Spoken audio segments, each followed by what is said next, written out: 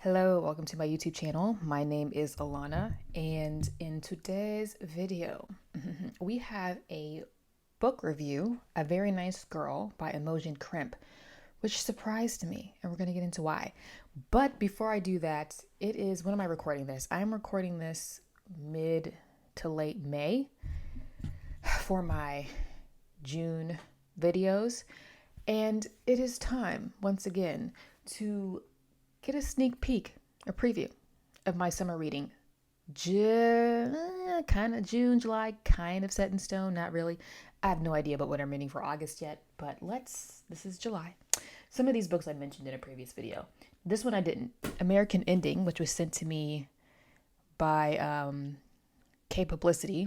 This book is, as of this video, will probably already be released. If not, it is a new release coming out June 6th, and it is an immigrant story taking place in the 1900s. Russian immigrants, Orthodox Russian immigrants. So I actually don't know much about it, again, because it's not even released yet. So I'm going to squeeze this in. Whenever I accept a book from a publisher or a publicity company, I make sure if I'm going to accept it, I read it ASAP.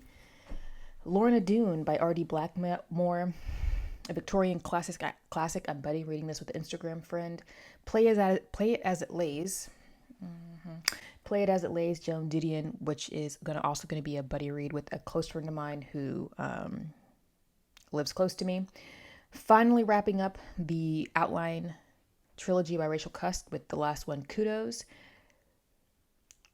Trying to figure out how to squeeze in Black Swans by Eve Babbitt, The Flat Share by Beth O'Leary, and Paul by Daisy Lafarge. So these three here we'll see. Since reading Proust, I get through books very quickly. So this Victorian classic will not seem to me as thick as it looks, even though it is 750 pages of Victorian landscape descriptions. But I know what I signed up for. July is looking all over the place, which is how I like my TBRs to look, a little chaotic. Sweet Bean Paste by Dorian Sukigawa.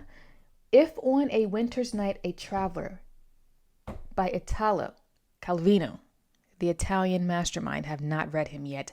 Buddy reading this with Kieran by Katie. Is it Katie Books? Katie Reads. Sorry, Kieran. I forgot your YouTube handle, but we're buddy reading that together. Kieran and I always have a blast in our Instagram DMs, sending each other the most ridiculous voice messages. Rules of Stability by Amora Tolles, The Far Cry by Emma Smith, and Q-Teen 84 by Haruki Murakami. So, July is going to be all over the place. Those are my upcoming summer reads. Don't know what August is looking like. I got to look at my TBR list and figure out what I want it to look like. Enough babbling. This review, as I said, A Very Nice Girl by Imogen Crimp, surprised me. It's part of my stack of books that I'm reading by millennial authors. This is a debut debut novel by Miss Crimp. And I was expecting to feel maybe neutral about it. I had predicted that I was going to give it a 3. I actually rated this a 4 out of 5. There's a reason why I picked this book, and I'm going to get into why. But I was really surprised that I enjoyed this book as much as I did, and that this book still lingers, and I'm actually excited about what she decides to write next. Hopefully, if she decides to keep writing. Oh, but an artist doesn't do it for money, I said. She does it for love. So in A Very Nice Girl, the narrator, Anna, is living in London and attending a conservatoire, training to become a professional opera singer. Her money is tight, so to make ends meet, she sings at a jazz bar to make some extra cash. One night at this bar, she meets a man named Max, who is 14 years her senior. He has a more traditional life. He works in finance.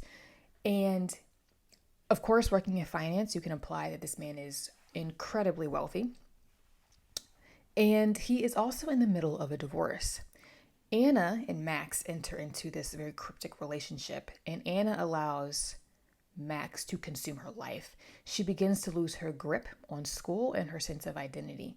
If this does not sound like what almost all millennial fiction, not almost all, but a majority of millennial, isn't that what majority means? Almost all, what a lot of millennial fiction sounds like. Yes, this is why I felt like, I don't know how I'm going to feel about this. It's a lot of millennial fiction tropes. Young, broke 20 something in the middle of or kind of edging into an identity crisis meets older man. There's usually a third party involved, the ex-wife or the pending ex-wife or the current wife or something, and he's older, and the man typically represents more traditional society and gender roles, and then you have these 20 somethings who are trying to figure life out. Very Sally Rooney-esque. And I think on my cover, yes, tender, devastating, witty, sweet, bitter meets normal people. However, I'm going to argue, for me, this is the Sally Rooney for people who don't get on with Sally Rooney. Yes, I said what I said.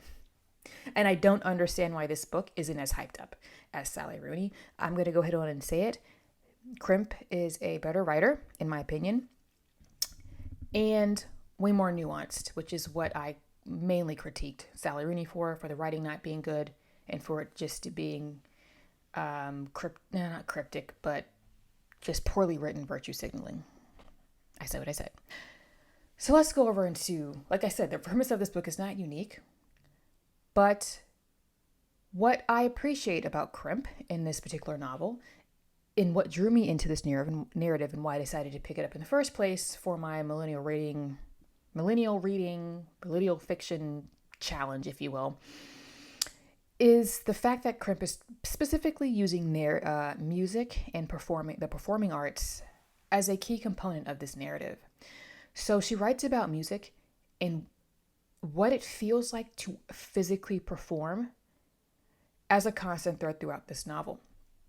Crimp studied at a conservatoire herself, so she really nailed what it feels like to perform in front of an audience and what it feels like to audition, in that high that you get when you, as an artist or a person who is a musician, we're mainly talking about musicians and singers and vocalists here, but what it feels like as an artist to switch, what it feels like as an artist to perform, because there is a point as a performing artist where you get into this headspace where you are physically, emotionally, and mentally embodying that piece of art as a singer, musician, dancer, performer, actor, actress. You have memorized the piece, you know it inside and out, you are now able to play with it, make it your own, and it feels like a very lucid out-of-body experience. So that is what drew me in, and it didn't disappoint. All that practice kicks in. Easy to block the panel out once I've started, the way I've learned how, because if you sing for your audience, look out at them, try to reach them, to touch them with your song, you'll never make something real. You must go inside instead and bring them to you. And then I'm there inhabiting the space I've built. So during these moments when, in the novel, when Crimp is in we're in Anna's head, but when Crimp writes these scenes, she actually adjusts the narration style, which I thought was pretty well done, and it made sense while Anna is performing, while she's auditioning, while she's going through a piece of music. It becomes a bit more stream of consciousness, and I found this realistic. The thoughts that run through your head while you're performing, auditioning, or you're in an actual concert, when it's nothing but your voice or your movements or your instrument filling a space, is a very specific sensation. So if you didn't know, I don't think I've ever mentioned this, I was a clarinetist. I picked up music when I was in elementary school. At the time, I lived in a state where you picked up an instrument in elementary school. A lot of elementary schools now in the United States, in public school system rather, you don't pick them up until middle school, which I think is a shame, because when you're younger, you have an ear. Your ear is very young. You can pick up pitches and notes and stuff a lot easier. Same with languages. But I started with the flute in elementary school before the age of 10. I might have been nine.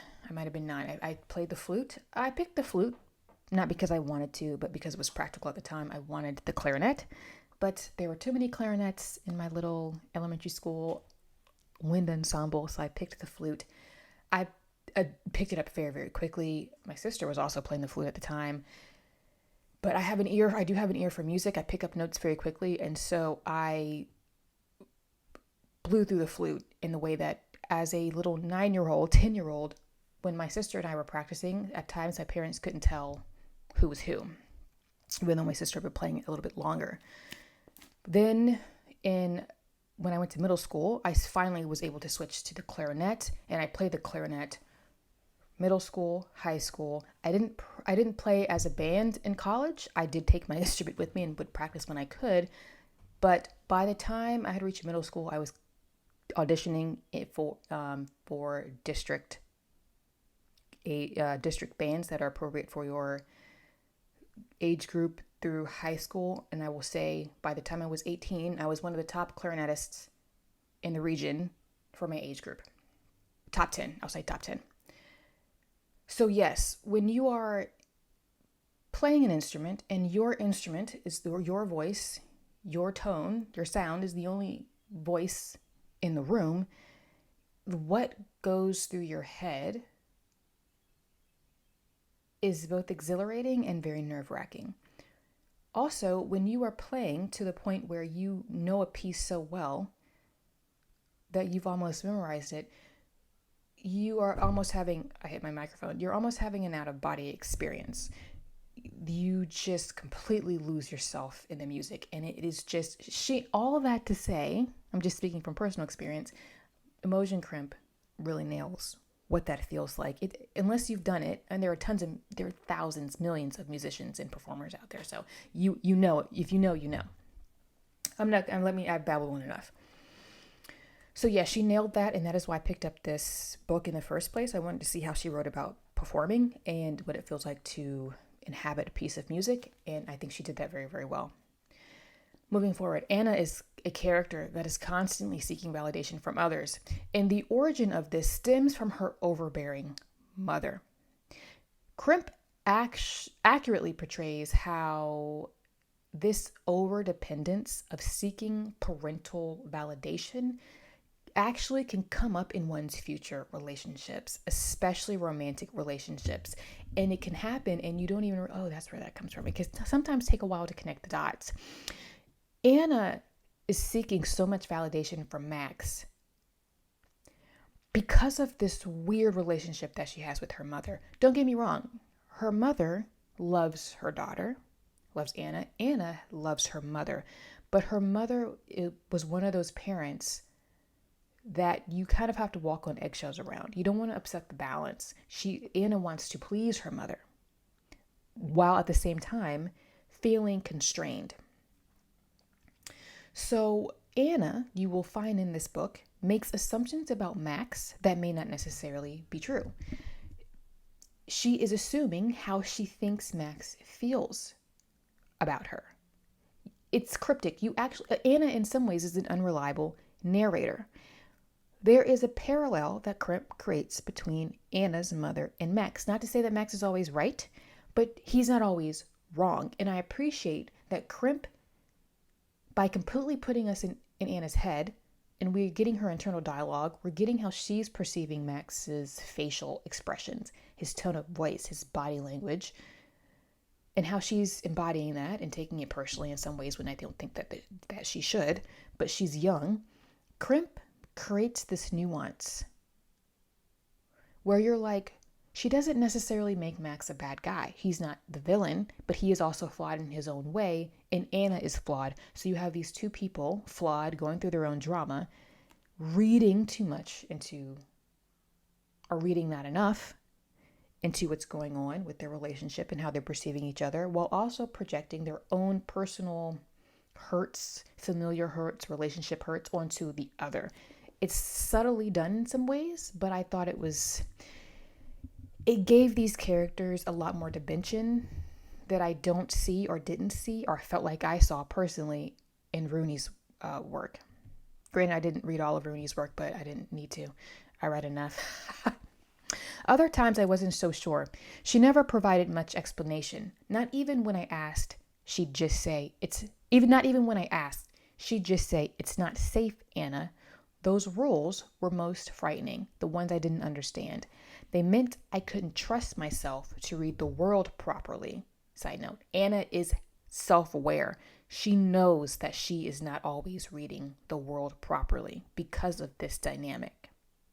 I didn't seem to know instinctively what was dangerous and what could cause me harm, make me ill. I needed her to tell me. I exploited her concern until I realized it came at a cost, the expectation of obedience. It was exhausting being around someone who watched your every moment but didn't approve. Anna, in this last quote, is referring to Max, but she's assuming he's not always approving. Max is a complicated man. He's kind of stoic at times. He's hard to read at times, but he's also oddly vulnerable. Remember, he's going through a divorce. And so Anna is incredibly self-aware, which is the point. Even though she's heading into an identity crisis, a quarter-life crisis, if you will, her ability to still see what's happening is fascinating. So again, this constant need of validation is really coming to a head. This constant need of validation from her that's stemming from her mother is coming to a head in her relationship with Max, especially as the narrative progresses. Anna begins to lose her sense of self and increasingly struggles with this lack of identity. She stops attending her opera classes and singing classes regularly. She begins to isolate herself from her peers and friends, and her singing suffers, all of it culminating into this eventual downward spiral. I wasn't like that girl downstairs, that girl whose clothes just worked, who was whole and complete, just one thing, while I was made of all these different parts that didn't fit together. The way you are about him, it frightens me. You seem to second guess everything you do these days. It's like he's taking the person you were and rubbing bits of you out. That quote is from one of Anna's closest friends in this particular narrative. And yes, but the friend actually is a little flawed in her reasoning. Yes, Anna is allowing Max to do this, but is Max deliberately doing this? I don't know. I think that's up for discussion. Also, the friend's interpretations of Max are actually not always right. And I think Crimp does a good job here of showing how your friends could be sharing things with you or telling things or perceiving things about your relationship that may be somewhat accurate, but not entirely. They may not have all of the discernment necessary. But yes, in this particular case, there's a situation where it does come to a point where Anna is allowing Max to take over her life. And at the crux of it, her friend is concerned about that. But her friend is still false about Max in some ways. I'm not going to say too much because I don't want to spoil it, but her friend doesn't think that Max is always being truthful with her about his divorce. I thought he made my world bigger, but now I saw he'd shrunk it down, made it just those four walls. They weren't enough for him. It's not a real place, not his real life. Temporary. When he walks out of his flat into the world, he starts to exist. When I walk out, I cease to. Anna is a character that can be quite frustrating because she is young and immature and trying to figure things out. But I appreciate that Crimp grew and matured this character throughout the duration of the novel. She has a character arc that comes full circle, and she is able to start to objectively view herself in the situations that she's allowed herself to be in. And that was very specific language I used. She's allowed herself to be in. This is a narrator that is incredibly self-aware. She has personal autonomy and takes responsibility for the things that end up happening in her life in this particular space and time in this novel. And I found it to be incredibly refreshing and very endearing. Anna is frustrating, but you root for her the entire time. At least I did. Because you can see that she is not just assessing Max, she is assessing herself and how she allowed herself to be put in certain situations that ended up hurting her in the long run. She learned how to become her own advocate as no one else will be. And I found that to be chef's kiss. We need more characters like this, I think, in this type of fiction, especially when it's featuring young women, where, I don't know, this to me, this is good stuff. I love a character that sees themselves as the flawed human being that they are and doesn't play the victim. She shared blame with Max, and she shared that blame with herself. It absolved me, this version of our story.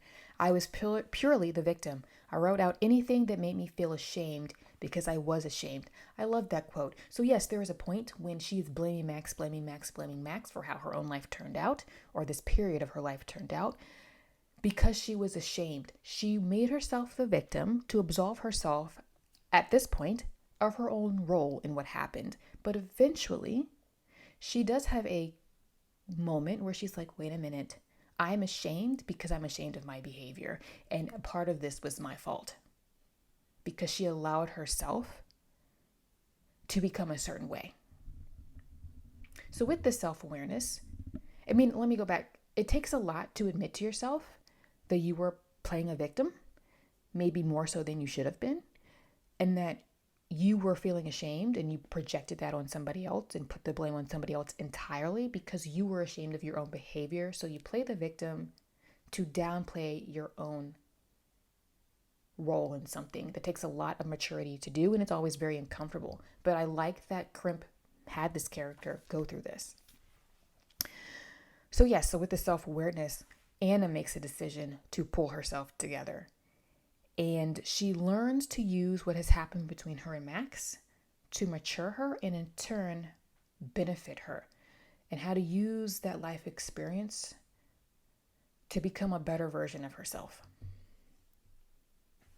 And so she begins to work on herself. This is my favorite part of the novel. Of course, it comes towards the end as things are starting to be resolved. But some of those sections about Anna pulling herself together and maturing, some of my favorite parts. She stripped my broken voice back to its foundations, built it up again, brick by brick. She said it was better than it had been before. There was a quality in it she hadn't realized was missing, a new depth to it, she said, a sadness we can't sing without life experience. I felt like I hadn't inhabited myself for a long time, and I developed a new interest in my body. I started to care about what I ate, cut down on caffeine, alcohol, cooked everything from scratch, bought more fruit. I started to run. I was making myself strong, I thought, unbreakable. Looking at my body, I saw the outline of muscles and the brightness of my skin. I was becoming more solid, less conditional. I was happy. I liked what I found underneath. And I know I've been saying this since the beginning of this review, but Anna, again, is a character who was putting in the effort to acknowledge her own flaws. How she had a hand in how she had let herself go. And I thought it was brilliant. We need more of this in some millennial fiction. I think we need more of this because sometimes you get these characters and other narratives that are very similar to this, and the character doesn't really progress that much. It's almost like they're really they may have some self-awareness, but they kind of have this light bulb. They have some type of light bulb moment, but nothing else really happens.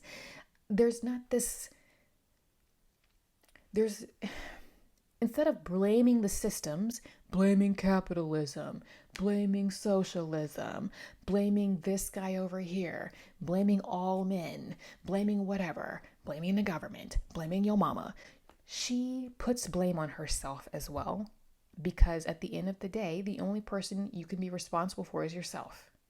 Nobody else can fix you but you, okay?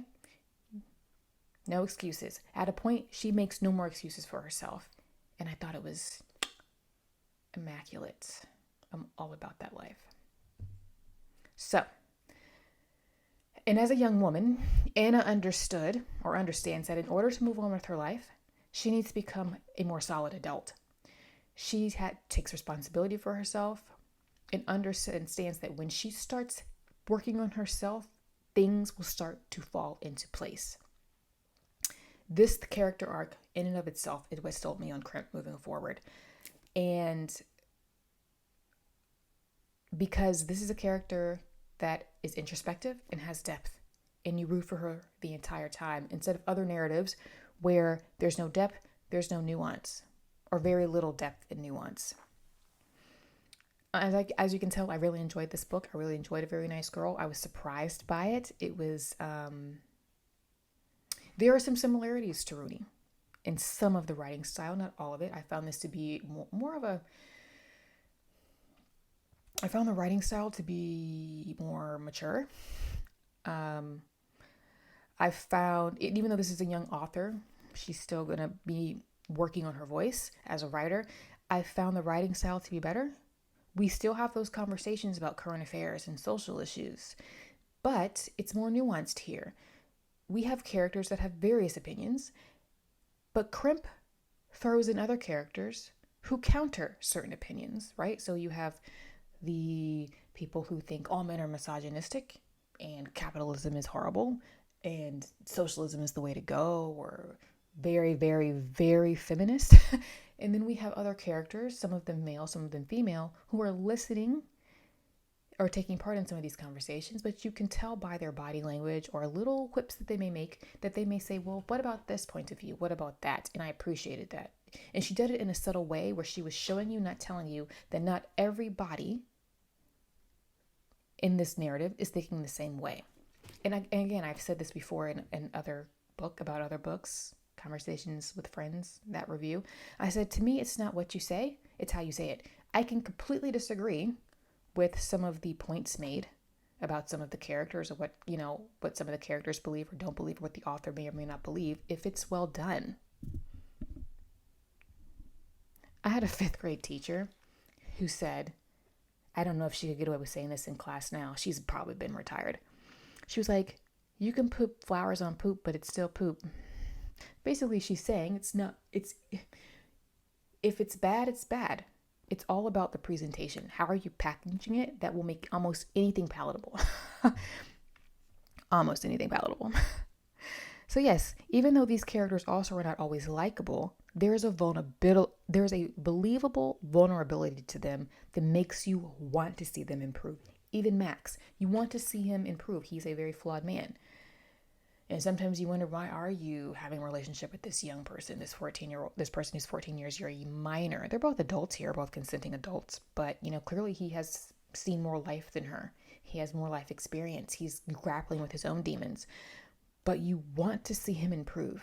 You want to see Anna improve.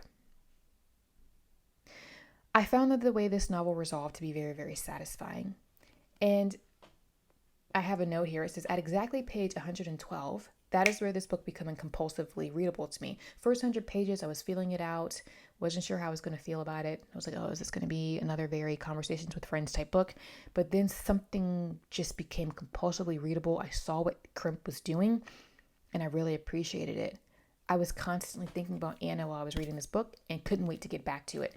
And when I finished the book, I was like searching online, like, when is this woman going to release another novel? I'm curious to see if she continues this type of narrative or if she moves into something else and how her voice will mature. This left an impression on me, especially since this is a debut novel. I responded to this book the way I responded to Cleopatra and Frank by Coco Mellors. There was just something about it that hooked me in. It just had that je ne sais quoi. It just had something about it that just really worked for me. And I'm eager to see what Crimp releases next and how her writing matures. No books are ever harmed in the making of my videos. But yes, I gave it a 4 out of 5. I highly enjoyed it. If you were a reader who actually enjoys Sally Rooney, you will probably enjoy this. If you are a person like me who doesn't get on with Sally Rooney, it may have just that little extra oomph that will make this type of narrative palatable for you at a minimum. So, yes, have you read A Very Nice Girl? Is it on your radar? I don't really see a whole lot of people talking about it. There are not many, lengthy reviews on it on YouTube. It pops up occasionally on Instagram. I'm just surprised that because of the type of novel it is, it just didn't have the hype. It's very millennial. It still has that same essence of what makes a lot of these millennial releases so popular, but somehow this one, it is, in my opinion, a better book than Conversations with Friends. And then the hype, I just don't get it. Maybe it's the marketing or lack thereof, less marketing. I don't know. I, I think this one needs to be pushed a little bit more to the forefront. So I'm going to wrap this up. Feel free to like, subscribe, and leave me a comment. Also, feel free to follow me on Instagram, where I get up to more book shenanigans. All of my book content goes live first on Instagram, and I also post what I'm reading monthly and what my monthly wrap-ups are. And I like to post is not a word, post the occasional funny meme in my Instagram stories. And with that, I will see you in the next one.